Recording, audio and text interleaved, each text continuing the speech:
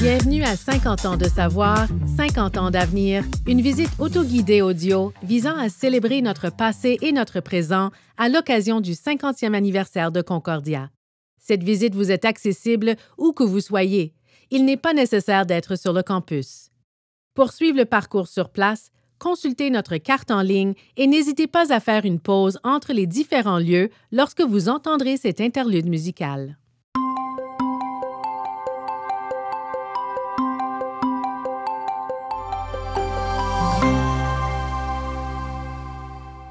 Voici donc le chapitre 3, lieu de convergence des communautés.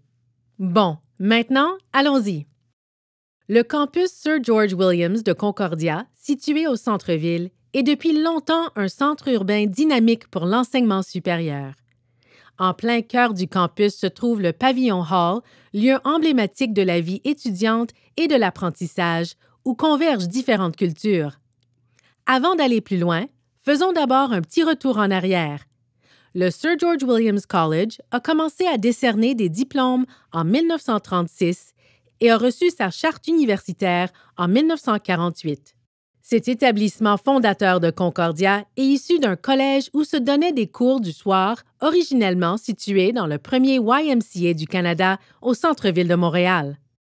Ce collège avait été nommé en l'honneur du fondateur du Y, George Williams, un philanthrope britannique connu pour avoir créé le plus grand organisme caritatif pour la jeunesse au monde.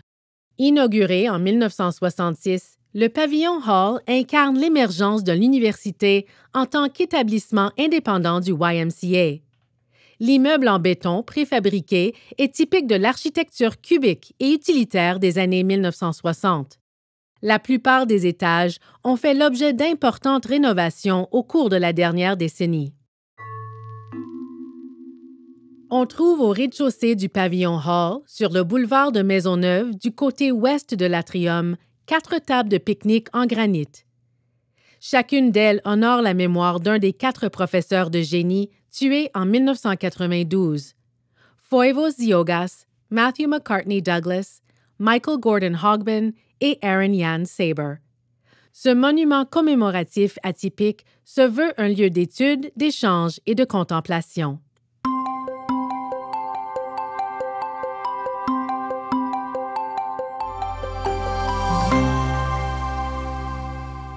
Le Pavillon Hall de Concordia a également été le lieu d'une importante lutte pour les droits civiques au Canada.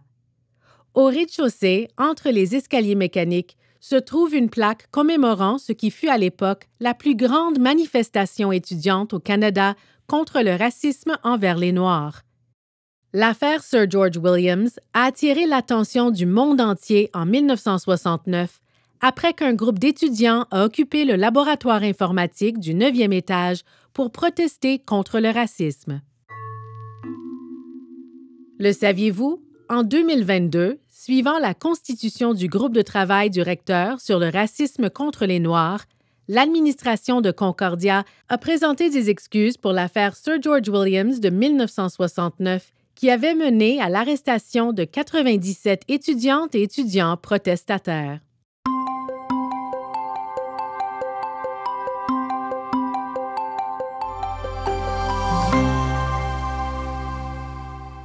Prenons maintenant l'ascenseur jusqu'au 7e étage, où se trouve l'Union des étudiants et étudiantes de Concordia et les nombreux groupes qu'elle soutient.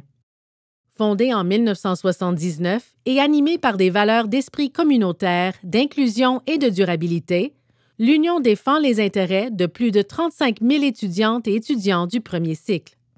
L'Association des étudiants et étudiantes des cycles supérieurs représente pour sa part les intérêts collectifs des quelques 10 000 personnes poursuivant une maîtrise ou un doctorat à Concordia.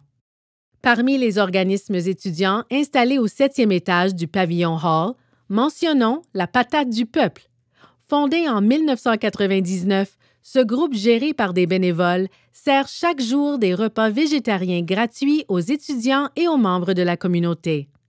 En moyenne, 500 personnes recourent chaque trimestre à ce service. la Patate du Peuple gère également un panier alimentaire d'urgence et un jardin collectif sur le campus Loyola. On trouve également au 6e et 7e étage de nombreux services offrant un soutien pédagogique à la communauté étudiante de Concordia. C'est notamment le cas du Centre Otsenhakta, fondé en 1992 pour les étudiantes et étudiants des Premières Nations, Inuits et Métis.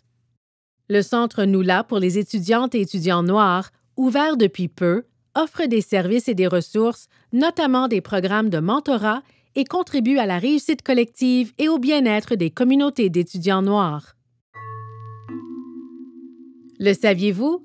L'emblématique 7e étage du Pavillon Hall a considérablement changé depuis d'importantes rénovations menées en 2018 et 2019.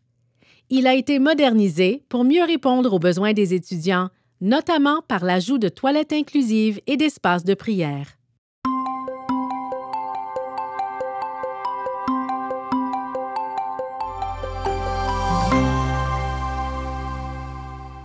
C'est au 10e étage que se trouve l'École des études irlandaises qui propose des cours sur l'histoire, la culture et le diaspora de l'Irlande.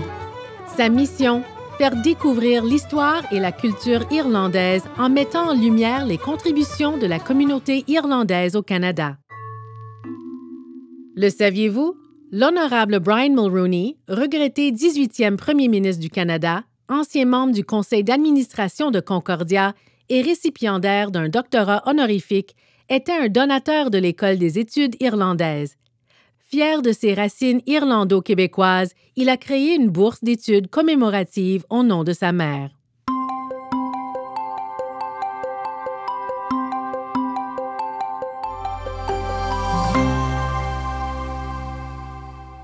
Descendre au 2e étage du Pavillon Hall abrite le Pub Reggie's et le Café Hive. Tous deux sont des coopératives gérées par l'Union des étudiants et étudiantes de Concordia. Ouvert en 1977 et ainsi nommé en l'honneur de Reggie Perry, ancien superviseur de l'entretien de Concordia, le pub a été rénové avant de rouvrir ses portes en 2016 dans un élégant nouvel espace doté d'une nouvelle scène et d'une cuisine complète. Le saviez-vous? Le Reggie's a été nommé en 2016 meilleur salon étudiant de sa catégorie au concours de conception de magasins du Retail Design Institute à Dallas, au Texas.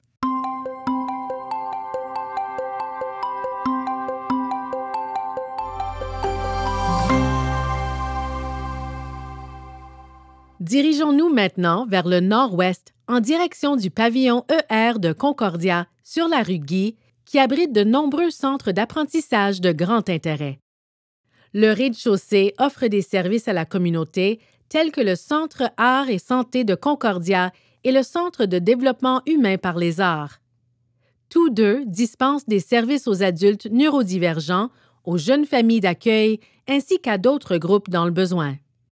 Autre élément d'intérêt du pavillon ER, le Centre de recherche sur le vieillissement Engage de l'Université Concordia, un groupe qui aspire à changer la façon dont la société perçoit le vieillissement.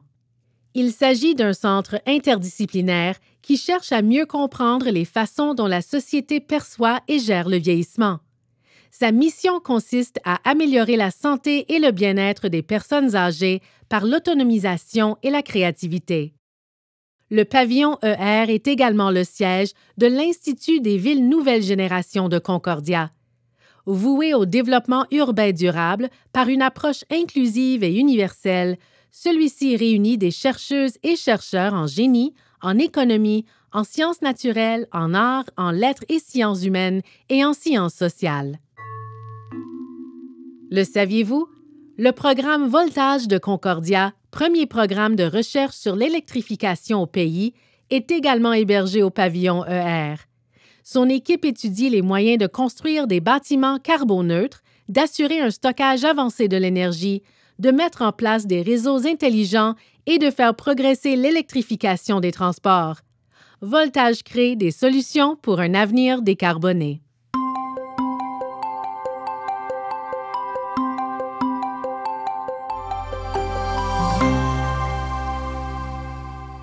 Une autre partie du pavillon ER abrite l'Institut Simone de Beauvoir, dédié à l'enseignement pluridisciplinaire des études sur les femmes.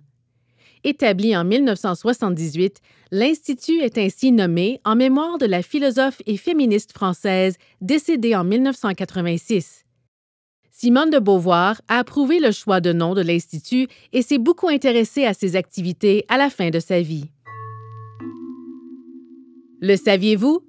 L'Institut Simone de Beauvoir possède le plus ancien programme d'études sur les femmes au Canada et continue de diriger de nouvelles recherches, se livrant à des réflexions critiques sur le genre, la sexualité et la race.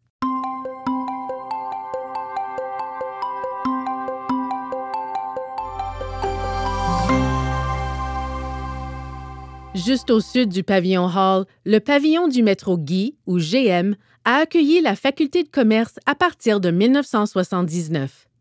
Concordia a acheté l'immeuble en 1997 et a depuis rénové chacun de ses étages.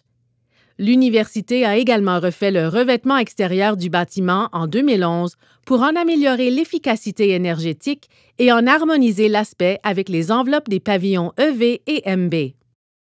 L'espace abrite désormais des bureaux administratifs, l'Institut d'études coopératives, le service de santé et le service d'intégration des étudiants en situation de handicap. Le saviez-vous? La faculté de commerce a accueilli en 1994 le premier symposium Les femmes et le travail au pavillon GM.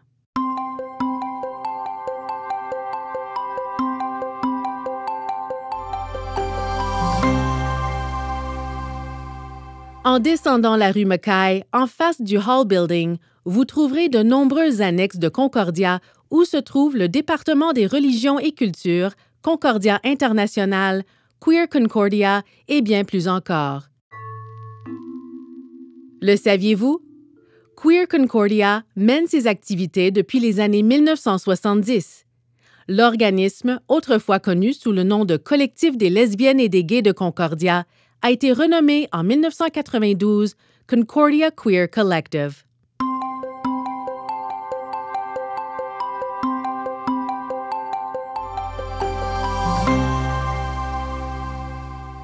Le pavillon intégré Génie informatique et arts visuels, ou EV, est un des immeubles les plus reconnaissables de Concordia.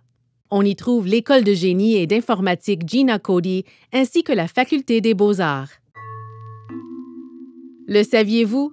En 1989, Gina Cody a été la première femme au Canada à obtenir un doctorat en génie du bâtiment. En reconnaissance pour son soutien transformateur, Concordia a renommé sa faculté de génie et d'informatique en son honneur en 2018.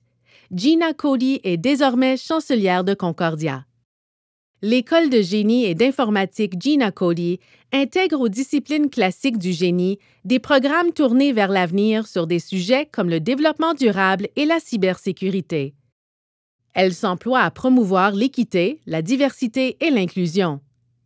Elle soutient cette vision par des mesures concrètes touchant entre autres le mentorat, l'attribution de bourses d'études, les embauches et les promotions. Voilà qui conclut le chapitre 3, Lieu de convergence des communautés. J'espère que vous avez aimé découvrir certains des hauts lieux de l'enseignement et des centres de la vie étudiante du campus Sir George Williams.